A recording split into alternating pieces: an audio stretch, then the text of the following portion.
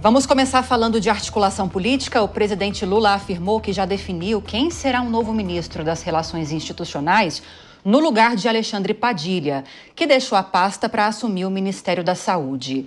Lula, no entanto, não revelou quem é o escolhido, porque, segundo ele, ainda não conversou com o novo líder da pasta. A gente tem um pedacinho do que ele disse. Vamos ouvir. Não, já está escolhido, mas eu não contei para vocês ainda. Eu vou contar quando eu falar. Eu preciso fazer o perfil, presidente. Eu vou indicar a pessoa sem ter falado. Antes do carnaval? Vamos ter paciência, tudo vai acontecer no tempo certo. O cargo é pleiteado pelo PT, mas também por partidos do Centrão.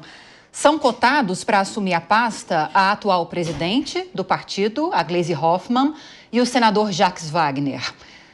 Vamos saber se a nossa jornalista aqui da mesa, Ellen Braun, tem algum bastidor para a gente, tem alguma informação, já que o presidente Lula disse que primeiro precisa conversar com o novo titular da pasta.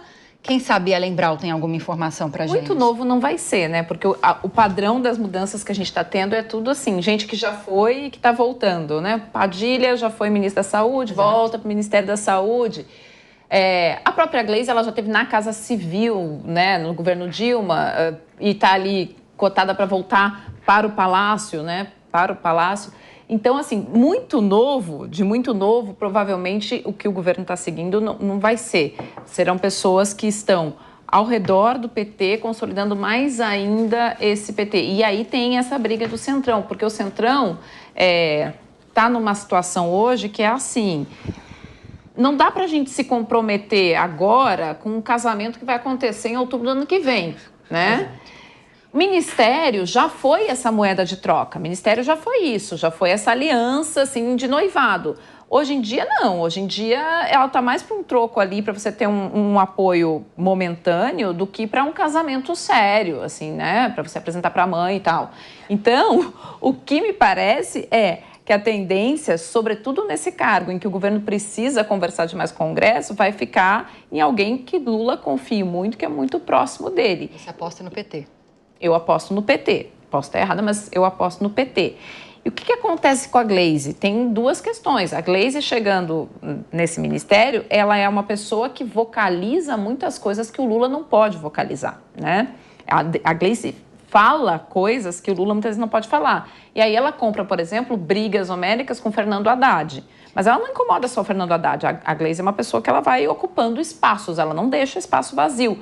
Ela é uma pessoa que pode incomodar ali o próprio Rui Costa hoje, que está ali com o Lula no Palácio, né?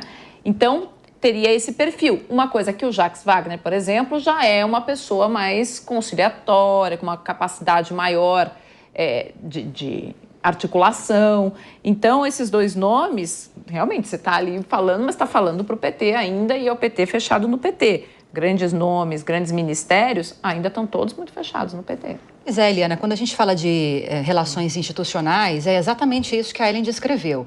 A gente precisa de um nome, no caso o governo precisa de um nome, que tenha a capacidade de articulação, que tenha esse trânsito, vamos colocar assim, com boa parte, pelo menos, do Congresso Nacional. Você vê em Gleisi Hoffmann essa figura? Nem um pouco. Bom, eu já tenho sérias restrições à Gleisi. Mas, fora isso, ela não seria a pessoa mais simpática, digamos assim, para fazer essa articulação, para fazer esta mediação e fazer num bom tom. Principalmente agora que nós mudamos, né, os presidentes, tanto da Câmara quanto do Senado. Então, eu não vejo com bons olhos. Aliás, vejo com piores olhos, aquela situação em que o presidente resolve brincar vamos ver, ele já sabe, mas ele não sabe. Senhor presidente, Brasil, né? Por favor, dê satisfação ao povo, é o mínimo. Mas talvez, Eliana, até devolvo para você a fritura pela qual Nízia Trindade passou. Sim. Mostra que talvez é melhor ele ter essa cautela agora do que ele falar um nome, tá negociando com mais de uma pessoa, aí revela alguém, deixa alguém descontente. Não tem esse lado para você, não? Sim, para mim tem. Então é o seguinte, a responsabilidade do presidente é ficar de boca calada. De forma alguma, eu entendo assim, a Gleisi é um nome incrível, é uma mulher poderosa, é uma mulher que articula com os movimentos sociais e com a sociedade, porque as relações institucionais não é apenas com o Congresso, as relações institucionais também são com os sindicatos, com as organizações, e ela é uma pessoa que tem a capacidade de conversar. O presidente não ter falado ainda o nome da pessoa, e na continuação da fala desse trechinho fica muito claro, é porque ele ainda não convidou a pessoa. Então, como que ele vem a público e informa que tem um nome para o ministério sem consultar a pessoa da pasta? E para mim, enquanto mulher, né, e mulher feminista, eu entendo muito necessário que haja a nomeação de uma mulher, porque, como você bem disse, né, tudo que a Anísia passou, toda a misoginia e a violência, é necessário que tenha, na minha opinião, uma mulher à frente do ministério. Mas você vê essa capacidade de articulação com o Congresso? Eu entendo que também é preciso que haja essa articulação com sindicatos, com entidades que fazem parte dessa dinâmica política também. Mas é tão importante como também ter uma boa articulação com o Congresso. Existem outros cargos previstos para terem mudanças nessa reforma ministerial. Gleisi, talvez há uma possibilidade de pegar a vaga de Márcio Macedo na Secretaria-Geral da Presidência. Talvez um outro ministério, para ela não seria mais interessante, Thaís? Não é não dar voz, é não dar voz nas relações institucionais. Não sei se ficou claro. Sim, é que a Gleisi tem mais de 30 anos de experiência política, né? Então, às vezes a gente faz um julgamento dentro da história do que já aconteceu, mas eu acredito muito que a trajetória política dela, a experiência de mais de 30 anos, ela terá a capacidade de conduzir, inclusive, as articulações necessárias, não só com os movimentos sociais, mas também com para conseguir emplacar todos os programas federais que são necessários. Então, eu acredito no nome dela como um bom nome. O que você espera, Mônica? Eu gostei de ver o otimismo da Thaís de acreditar que a Gleisi é capaz de articular com qualquer coisa que não esteja fora da bolha. Sindicatos, talvez, movimentos, talvez, mas ela é péssima na articulação. Ela é uma pessoa extremamente dura. Eu me lembro quando teve o 7 de outubro, ela logo foi se manifestar de que não havia comprovação de que tinha havido violência sexual e estupros contra aquelas mulheres de Israel, assim, absolutamente inoportuno, uma fala péssima. Acho o nome da Gleisi péssimo justamente para o Ministério de Relações Institucionais. Agora, mais do que discutir o nome, porque ela oficialmente não está ainda anunciada, então talvez não seja ela e nós estamos aqui, tadinha, destruindo a candidata, mas é analisar, de novo, a reforma ministerial e quais são os critérios que são usados na reforma e se as pessoas cujos nomes estão surgindo são realmente as pessoas mais adaptadas e mais competentes para exercer esse lugar. A Ellen falou muito bem que hoje o ministério é troco, mas é troco, é troca. Continua sendo um loteamento, o ministério continua sendo uma moeda de construção de base de apoio. As indicações, até a gente ouve dizer, a indicação, tal ministério vai pertencer a tal partido. As indicações não são feitas pela melhor pessoa, e sim o partido é o dono daquele ministério para indicar alguém. Assim, para mim isso é inacreditável que a gente loteia o ministério para o partido indicar quem interessa ao partido. E nós esquecemos que o ministério é o braço de execução dos programas do nosso governo federal e que é importante que a pessoa que esteja ali seja a pessoa mais capaz de executar e de fazer a gestão desses programas, porque é o nosso dinheiro que está sendo gasto ali.